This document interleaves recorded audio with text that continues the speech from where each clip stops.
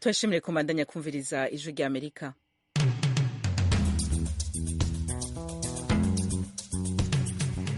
radiyo ijwi rya Amerika isamira na Washington DC mu Kirundi no mu Kinyarwanda. Mu Burundi muriko mutwumva ku mirongo migufi ya shortwave kuri metero 19 na 22. Mu Rwanda tukaba turi kuri FM 104 n'ibice bitatu vy'ijwi rya Amerika. Ikaze makuru kuri no mugoroba mugiye gushikirizwa na Joy Diana Nininahazwe.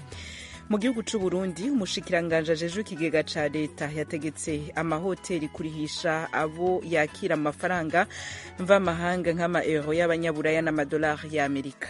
Ihoteli yose yoba ifise konte mu madovize, ayo mahera mutoza ku ngenzi mwafishe amatarifu andora generalmo, ayo mahera mukaheza mukatoza mukaheza mukajana muri banki. Uyu ni Odas Niyonzima n'umushikiranganje ajejwe ikigega ca leta mu gihugu c'u Burundi. Babonye ko hataje abanyamahoteli bose, haje bakeyi kandi benshi nabibujumbura. Twe twifuza yuko turonka umwanya wo kuvugana n'abantu bafite amahoteli hagati mu gihugu. Uyu nawe ni Herman Ndayisaba ahagarariye ishirahamwe ry'amahoteli mu gihugu c'u Burundi. Iyo nkuru turayigaruka ko handi hato ku buryo burambuye. Umwungere wa Eklezia Katolika Papa Francisco yageze muri Republika Demokarasi ya Kongo, navyo nyene turabibabwira. Naho muri Burkina Faso ibitero vy'urutavana ko bimaze guhitana abantu 32 mu misi mike. Nongere ndabahe ikaze nshuti bakunzi b'ijwi rya Amerika. Amakuru yacu reka tuyahere muri Madagascar. Abategetsi b'ico gihugu batangaza ko igihuhusi citwa Cenezo cahitanye abantu 30, abandi 20 akaba atawuzi irengero ryabo. Ni mu gihe ibihumbi n'ibihumbi bavuye mu vyabo. Ibindi ku vya kino gihuhusi tubaze mugenzi wacu Fidela Niyongabo.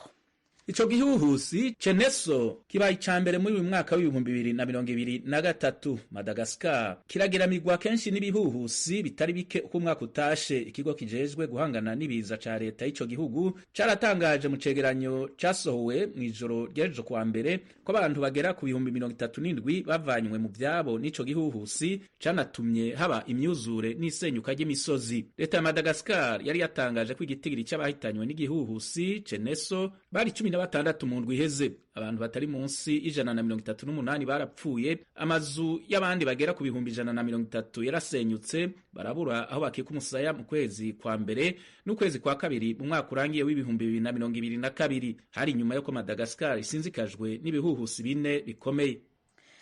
Fidela Niyongabo tugukengurukire. Tuve muri Madagascar duce twerekeza muri Burkina Faso aho ibitero vy'urutavana ko muri ico gihugu bimaze guhitana abantu bagera kuri 32 mu misi mike cane. Muravyumva mu nkuru ya mugenzi wacu Oriane Itangishaka.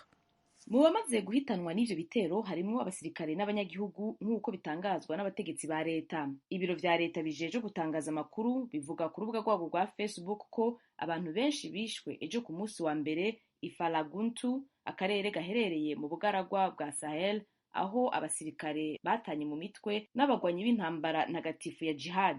Abandi bantu 20 bishwe mu bitero bibiri vyabaye mu mpera z'indwi iheze mu turere turi hagati mu gihugu no mu burengero bwaho.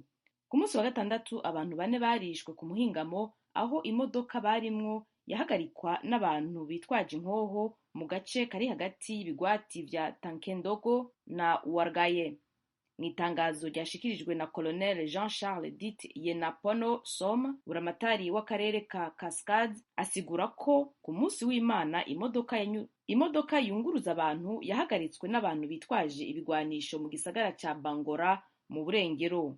Avuga ko abakenyezi 8 n'umugabo umwe barekuwe, abandi bantu baranyuruzwa. Abo banyurujwe bahavuye batogwa ibiziga bararashwe haciye umunsi umwe. Kw'ijwi rya Amerika turacabandanya n'amakuru agezweho hirya no kw'isi. Abahinga b'ishamwe mpuzamakungu ONU basavye uno musi ko hoba itohoza ryigenga ku vyaha vyo mu ntambara n'ivyaha vy'agahomerabunwa bishobora kuba vyarakozwe n'inteko za leta ya Mali n'umurwi w'abacangero b'Abarusiya Wagner Group muri ico gihugu. Mugenzi wacu Fidel Niyongabo arabandanya ino nkuru. Leta ya Mali yashitse ku butegetsi muri kudeta yabaye mu mwaka w'2021 yatangaje imbere yaho ko inteko z'Uburusiya muri ico gihugu atari abacangero. Yasiguye ko ziriko zifasha kumenyereza inteko zaho zikoresheje ibigwanisho n'ibindi bikoresho vya gisirikare bivuye mu Burusiya. Ibihugu vy'ibihangange vyo mu burengero bw'isi bitangaza ko inteko z'Uburusiya ziri muri Mali zirimwo abacangero b'umugwi Wagner Group. Itangazo ry'abahinga bigenga bishirahamwe ONU rimenyesha ko kuva mu mwaka wa 2021 baronse amakuru ateye agahinda y'ubwicanyi bukabije, ibibanza vyafubwemwo abantu ikivunga, kuboreza abantu igufa, gusahura, gupfunga abantu mu buryo butisunza amategeko no kuzimanganya abantu vyakozwe n'inteko za leta ya Mali nabo bakorana. Umuvugizi w'igisirikare ca leta ya Mali rishuye buno nyene abajijwe kugira ico avuze kuri ivyo vyagirizo. Perezida w'Uburusiya Vladimir Putin yatangaje mu mwaka uheze ko leta yiwe atasano ifitaniye n'abari mu mugwi Wagner Group abakorera muri Mali. Yamara yamenyesheje ko leta ya Mali ifise uburenganzira bwo gukorana n'amashirahamwe yigenga yo mu Burusiya. Mali iriko itana mu mitwe n'abagwanyi bakorana n'umugwi Al-Qaeda na leta ya Kiislamu bamaze imyaka 10 bakora ibitero muri ico gihugu vyatandukiye ibihugu bihana imbire. Igisirikare ca Mali kirahakana ko hari ivyaha gikora, kimenyesha ko cisha abagwanyi 203 mu vyo kivuga ko ari bikorwa vya gisirikare.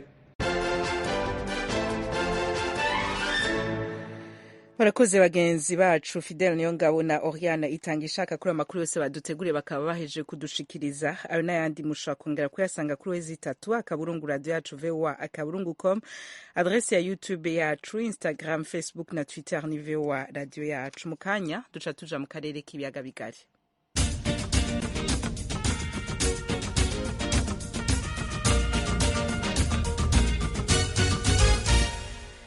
Amakuru yo mu karere k'ibiyaga binini turahera ku Burundi, aho umushikiranganje ajeje ikigega ca leta muri ico gihugu yategetse amahoteli kurisha abakiriya mu mafaranga mva mahanga nka euro y'abanyaburaya n'amadolari ya Amerika. Ingingo yafashe ibwirizwa gutangura gukurikizwa muri uku kwezi kwa kabiri kuza. Banye na mahoteli ntibavyakiriye neza. Mugenzi wacu Eloge Wirikaneza arabitubwira. Kuri uyu wa kabiri umushikiranganje w'ikigaga ca leta mu Burundi ari kumwe na mugenzi we w'ubudandaji yakoranije abakorera mu gisata c'amahoteli kwarugira barabire hamwe uruhara rwabo mu guteza imbere ivyerekeye ivyokorwa kugira ba mukerarugendo bahurumbire kugendera kurusha Burundi. Umushikiranganje Odasi Nyonzima avuga ko amafaranga atangwa n'ingenzi biciye mu mahoteli n'amazu y'uburiro n'ubunywero ategerezwa kumenyekana neza kugira leta imenye uko itunganya ibijanye n'ubutunzi n'ikigaga cayo ifatiye kuyo yinjiza muri ico gisata. Yamenyesheje ko amahoteli yose abwirizwa kwerekana mu mahera y'agaciro cane cane amadolari y'abanyamerika amafaranga yinjiza. Ko twifuza nuko ihoteli yose yoba ifise konte mu madovize, ayo mahera mutoza ku ngenzi mwafisha amatarifu amadolari generalement, ayo mahera mukaheza mukatoza mukaheza mukajana muri banki, murajana handi muri kuvunja kuri marché noir murajane muri banki, tubone yuko amahera bariko badepoza kuri konte. Les comptes sont libres, mugabo réglementation de change hari nuko les particuliers et les personnes morales bemerewe kugura amakonti en devise bagashirako ayo madevise. Hanyuma mukazokorabora mugakorana neza n'igisata kijejwe ingenzi ku mipaka, bazoba bafise amadone yose y'abantu binjira mu gihugu n'amahoteli bashikiyemo. Kumbe nta muntu azovuga ngo zobunyegeza bavuye ngo yakira abantu 10 yakira abantu 100. Nyonzima amaze amezi 4 yaramutwaye ikigaga ca leta asigura ko ingingo atari iyo kugaramira abakorera mu gisata c'amahoteli ahubwo ifise intumbero yo gufasha abarundi muri rusangi. Leta ntigomba gutwara amafaranga y'agaciro kuko amafaranga y'agaciro yakoresha mugabo ko abantu baronka amafaranga y'agaciro bagaca bayanyegeza. Murabona ko ibintu byinjira tuguma twemporta ibintu kandi byinshi kandi biriyongera. Nuvuga ko amafaranga y'agaciro mu gihugu arinjira mugabo yinjira mu mufuko y'umwe wese. Iyo umwe wese rero ayabitse ntibiheza ngo bifashe ubutunzi gukora. Mugabo amafaranga mwebwe mwese y'agaciro mufise mwayabitse muri banki, nuvuga ko haca haba liquidité en devise. Ibanki ashobora kuyakoresha ngo mu deposa ku munsi nta rigitire rero ishobora kuhaba. Mugabo yafashe ukabika mu hirunda akabika mu hira, murumva yuko ukasohora ushakiye ari wayabitse mu hira. Ayo bite mu gihe ntacakora abari trezorize cyaka mu bitawe ko mwese muraciye ubwenge murabizi mwarabyize benshi dushaka ayo mafaranga abikwa mu ngiya cyangwa abikwa ahandi hantu muri banki aveyo aje muri circuit bancaire. Amanda Isaba twari gisata cyabwiza tunga bashize umutahe mu mahoteli hari cyasaba leta kugira ibona ikeneye uguteza imbere inyubako na cyane cyane amabarabara. Ingenzi abaturiste baza bataje gufata icumba baba baje kuraba ikintu igihugu gifise ciratiro cimboneka rimwe gituma abantu bahurumbira kukiraba. Ivyo rero byinshi nimwe twita amasite touristique nayo ni make ari mu gisagara ca Bujumbura. Aho rero ari ruguru mu ntara hagati kandi kenshi usanga atagenderwa batayahurumbira kubera ibintu nyamukuru nka bibiri. Icambere nuko atamahoteli ashobora kwakira abo bantu ngo baruhuke iyo barushe, ngo bavune inyota iyo banyotewe canke babafungurire, kaba bituma ingenzi nyinshi zitaza mu Burundi. Ikigira kabiri nuko ibibanza ingenzi zishaka kuraba usanga amabarabara amwe adakoze. Ndayisaba serukira bene amazu y'ingenzi mu Burundi yifuza ko bahabwa imisi. Mwabonye ko hataje abanyamahoteli bose, haje bakeyi kandi benshi nabi Bujumbura. Twe twifuza yuko turonka umwanya wo kuvugana n'abantu bafite amahoteli hagati mu gihugu. Mugabo leta ivyifuza vuba, mbere ingingo izoja mu ngiro kuva kuri uyu wa gatatu. Ingingo ikija mu ngiro uyu munsi nyene, ukwezi kwa kabiri tugufate nk'ukwezi kwa karorero, donc le mois témoin. Hanyuma turabe yuko ibiharuro byo dushaka kubironka, tukaronka ibiharuro by'abantu binjiye mu gihugu n'amafaranga batanze kuri hoteli. Ibanki nkuru ikibaha urupapuro mutangira ko raporo, amaro ni kwahera itariki 28 tuza turabe amafaranga yinjiye y'agaciro aciye mu gisata c'amahoteli. Mu minsi yeze Perezida Ndayishimiye yari yidogeye igisata c'amahoteli yemeza ko cakira amahera y'agaciro beneyo bakayahereza mu mifuko yabo, ariko muri banki nkuru y'igihugu bakajanayo amarundi yonyene. Mu mwaka wa 2022 ibiharuro bitangwa na leta vyerekana ko Burundi bwakiriye ingenzi zivuye hanze y'ubutaka bw'ico gihugu zigera ku 281 n'amajana 455.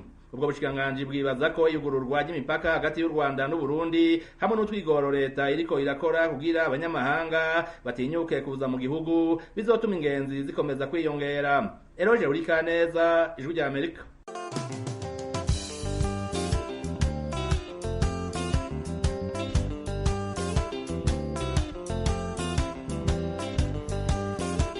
Ijwi rya Amerika turacabandanya n'amakuru. Umwungere wa Ecclesia Katolika Papa Francisco yatanguye urugendo rwe rw'imisi 6 ku mugabane wa Afrika. Mugenzanje Edi Rwema turi kumwe muri studio. Edi Rwema, ivy'urwo rugendo rwa Papa Francisco vyifashe gute? Urwo ruzinduko Diane, umushumba mukuru wa Kiliziya Gatolika Papa Francisco, yarutangiriye muri Repubulika ya Demokarasi ya Kongo. Inyuma y'imyaka 37 Kongo isuwe na Papa Yohani Paulo wa kabiri, ubwo hari umwaka w'1985. Icyo gihe iki gihugu cyitwaga Zaire. Ku isaha ya saa 8:33 za kumanywa ku isaha ya Kinshasa nibwo indege itwaye Papa yageze ku kibuga mpuzamahanga cya Ngiri, aho yavuye yerekeza ku ngoro y'umukuru w'igihugu, aho agomba kugirana ibiganiro na Perezida Tshisekedi.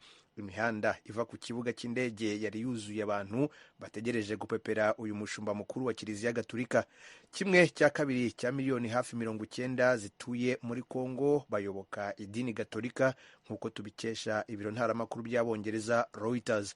Mu minsi 3 azamara muri Kongo, Papa Francisco azabonana n'abategetsi batandukanye barimo Perezida Felix Tshisekedi, abadiplomate n'abahagarariye imiryango ya societe civile.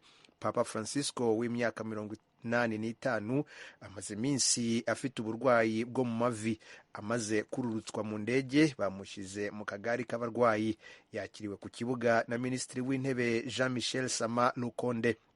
Biteganyijwe ko nyuma yo kubonana na Perezida Felix Tshisekedi, Papa Francisco aza kugeza ijambo ku bategetsi batandukanye barimo n'abahagarariye ibihugu byabo muri Kongo n'abayobozi b'imiryango ya societe civile.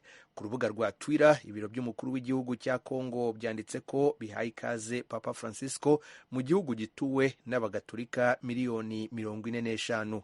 Byavuze ko bashimishijwe n'uko Papa yubahirije ubusabe bw'umukuru w'igihugu bumutumira bwatanzwe mu mwaka w'2020.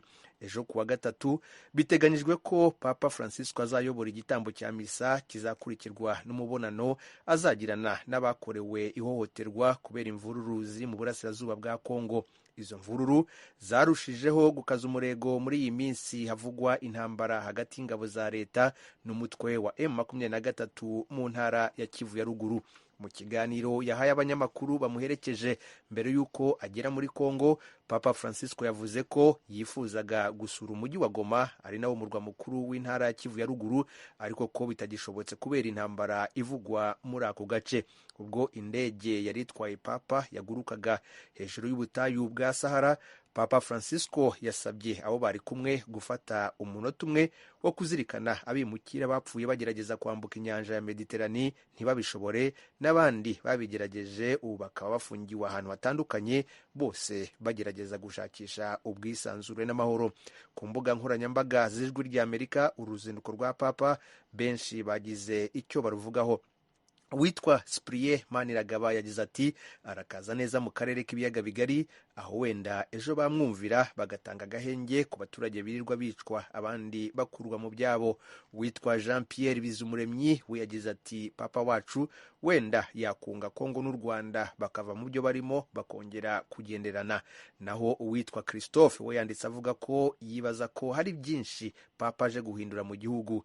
Yasabye ko Papa asengera abatumvikana kugira ngo bumvikane abaturage bagira amahoro.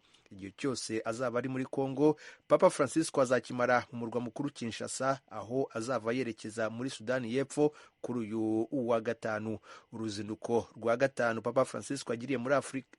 Uru ni uruzinduko rwa 15 Papa Francisco agiriye ku mugabane wa Afurika kuva mu mwaka w'2013 akimara gutorerwa kuyobora Kiliziya Gatolika. Biteganijwe ko mu minota mike cyane ku isaha ya 5:30 za hano i Washington DC aribwo Papa Francisco aza kuba abonana na Perezida Felix Tshisekedi Diane. Urakoze Edi, tukureke wandanye kuja kubidukurikiranirana. Turasura mu makuru yacu ku mugoroba utubwira ivyo bazoba bayaze na Tshisekedi.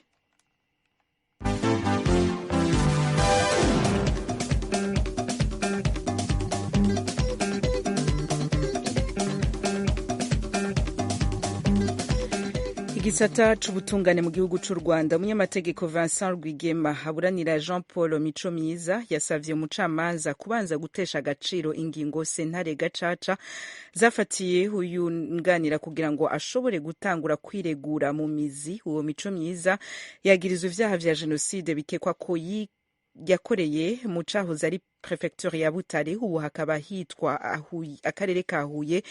Mwezi wacu Eric Bagiruwubusa yari mu cumba c'urukiko. Ibu umunyamategeko Vincent Rwigema wunganira Jean Paul Micomyiza yabisabye urukiko ashingiye ku itegeko rikuraho inkiko gacaca mu Rwanda. Ni mu mugambi wo kugira ngo urubanza rw'uwo yunganira rubashe gutangira kuburanishwa mu mizi. Bwana Jean Paul Micomyiza yagaragaye mu cyumba cy'urukiko rukuru mu rugereko rwarwo rwihariye ruburanisha ibyaha byo ku rwego mpuzamahanga n'ibyambuka imbibe ari mu mpuzankano y'iroza iranga abafungwa. Yari kumwe n'umunyamategeko umwunganira mu rubanza rwe arinzwe n'abacungagereza. Byari byitezwe ko Bwana Micomyiza atangira kuburana urubanza rwe mu mizi ku byaha bya jenoside.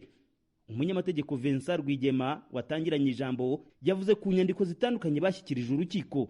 Ku ikubitiro barasaba umucamanza kubanza kunyuzura urubanza mu iburanisha ry'ibanze kugira ngo barutegure neza mu rwego rwo kwirinda ko rwazahura n'inzitizi zikarudindiza mu gihe ruzaba rutangiye kuburanishwa mu mizi. Umunyamategeko Rwigema avuga ko yasabye ibintu bigera kuri 13 ariko ko kimwe muri byo aricyo kimaze kuva mu nzira.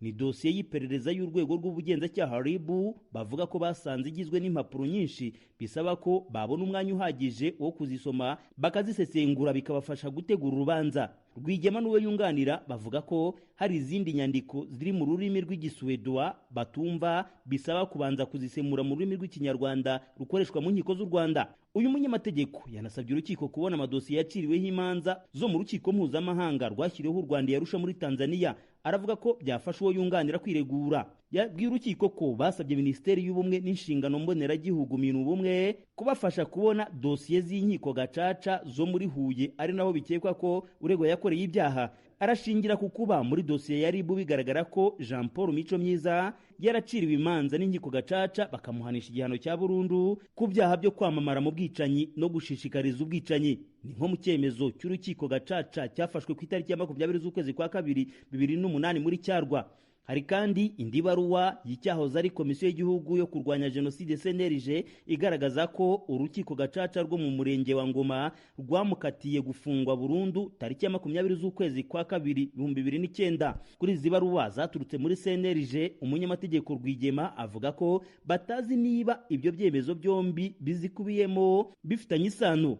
Akavuga ko ikiruta byose ari ugusaba urukiko rukabanza gutesha agaciro ibyo byemezo byafatiwe Mico Myiza mbere y'urubanza mu mizi. Ubushinjacyaha bwabwiye umucamanza ko nabwo bwabonye ibaruwa yanditswe n'uruhande baburana isaba ko habanza kubaho inama ntegura rubanza mbere y'urubanza mu mizi. Bushingiye ku itegeko rikuraho inkiko gacaca rivuga ko mbere y'uko uregwa aburanishwa n'urundi rukiko, urwo rukiko rubanza gutesha agaciro ibyemezo by'inkiko gacaca. Buremeranya n'ubwunganizi bwa Mico Myiza ko ibyemezo inkiko gacaca zari zaramufatiye byabanza guteshwa agaciro, urubanza rukabona gutangira kuburanishwa mu mizi. Nyuma yo kumva ababuranyi bombi, urukiko rwababwiye ko rwasanze iburanisha ry'ibanze atari ngombwa. Rwavuze ko ruzabanza gufata umwanzuro ku byemezo byafashwe n'inkiko gacaca kuri uru rubanza. Urukiko rwizeje ko ibindi byose uruhande rwiregura rwasabye bizagibwaho impaka bitewe n'umwanzuro ruzaba rwafashe ku byemezo by'inkiko gacaca. Bwana Jean Paul Mico Myiza w'imyaka 51 y'amavuko akomoka mu cyahoze ari komine Kigembe mu karere ka Gisagara y'ubu mu majyepfo y'u Rwanda. Mu mwaka ushize 2022 nibwo igihugu cya Suwede cyamwohereje kuburanira mu Rwanda ibyaha bya jenoside. Ubutabera bw'u Rwanda bumukurikiranyeho ibyaha byo kwica nk'icyaha cya jenoside, gutera ubumuga bw'umubiri nk'icyaha cya jenoside no gusambanya ku gahato nk'icyaha kibasiye inyoko muntu. Ibyaha byose aregwa arabihakana. Urukiko rwanzuye ko ruzatangaza icyemezo ku busabe bw'uregwa ku itariki ya 9 z'ukwezi kwa kabiri uyu mwaka. Bagira ubusa ijwi ry'Amerika, Nyanza mu majyepfo y'u Rwanda.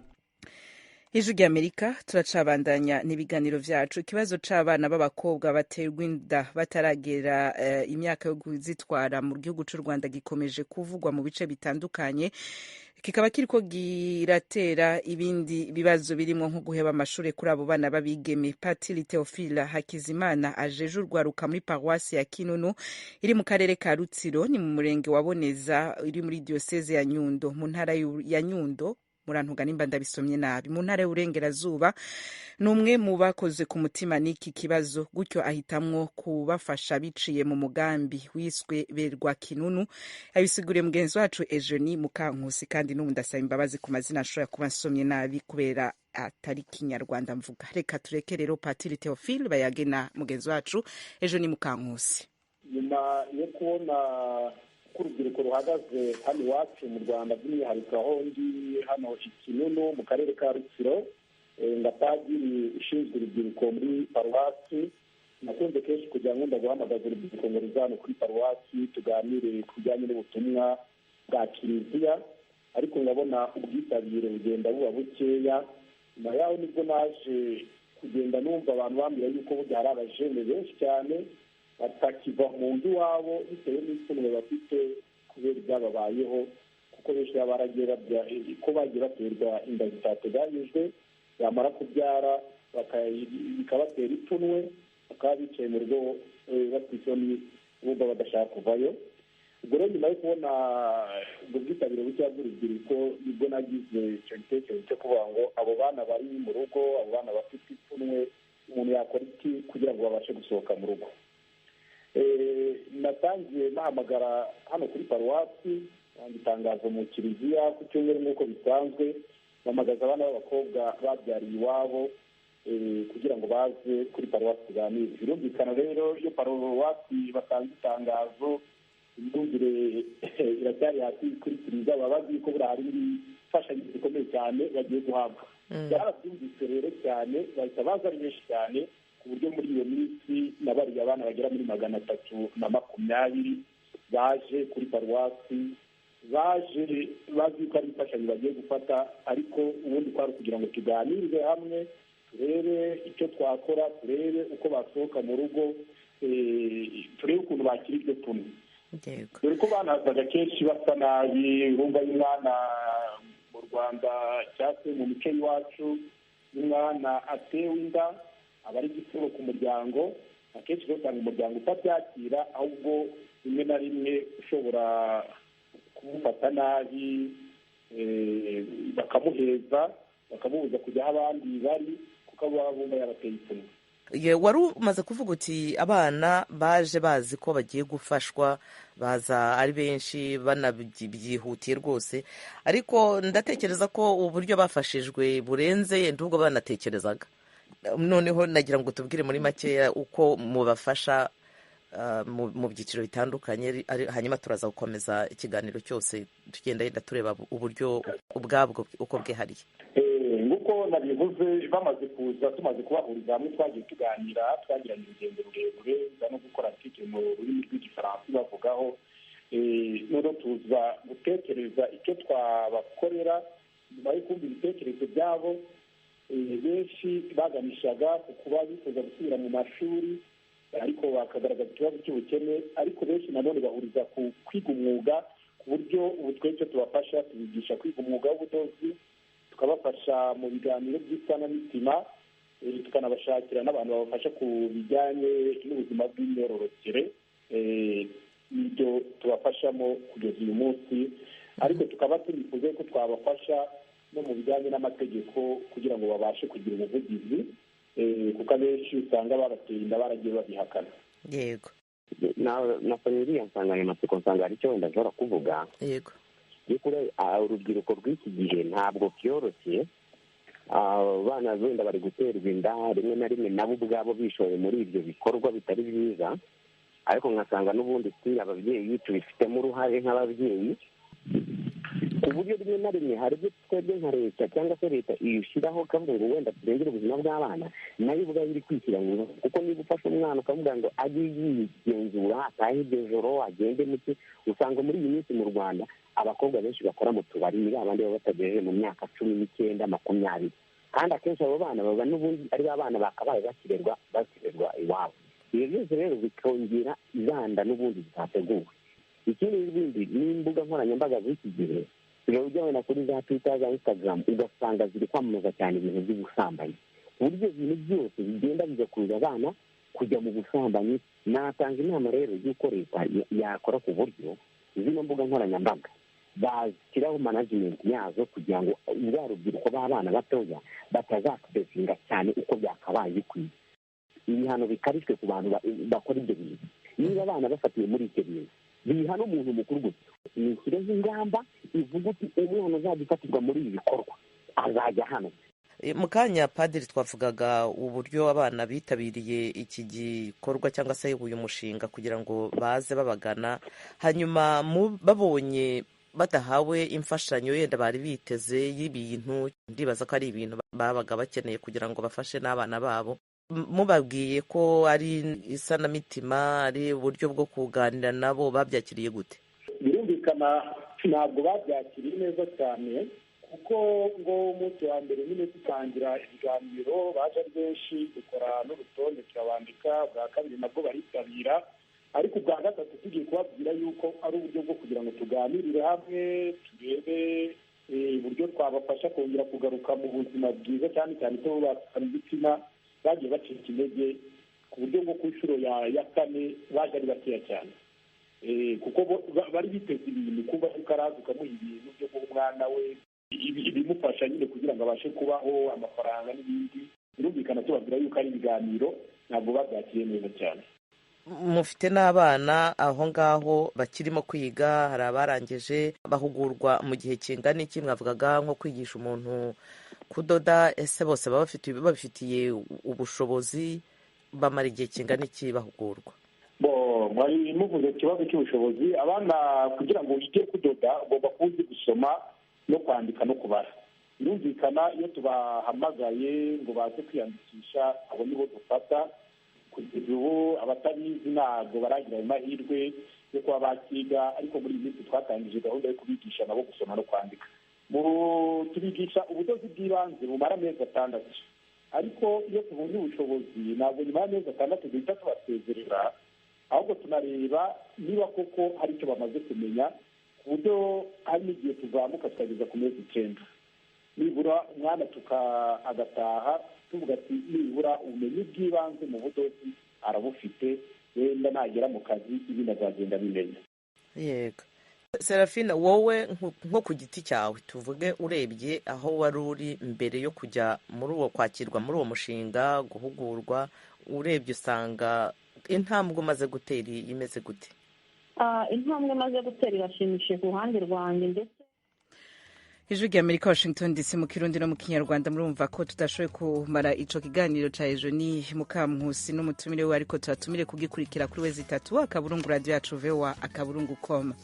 Kuri mikro mari kumwe na Joy Diane ni nahazwe Nadia Taha na engineer bari kumwe muhinga bw'ivyuma ku izina rya bagenzi bacu, tubikebanuye tubifuriza kubandanya muranirwa mu byo murimo vyose naho ubutaha.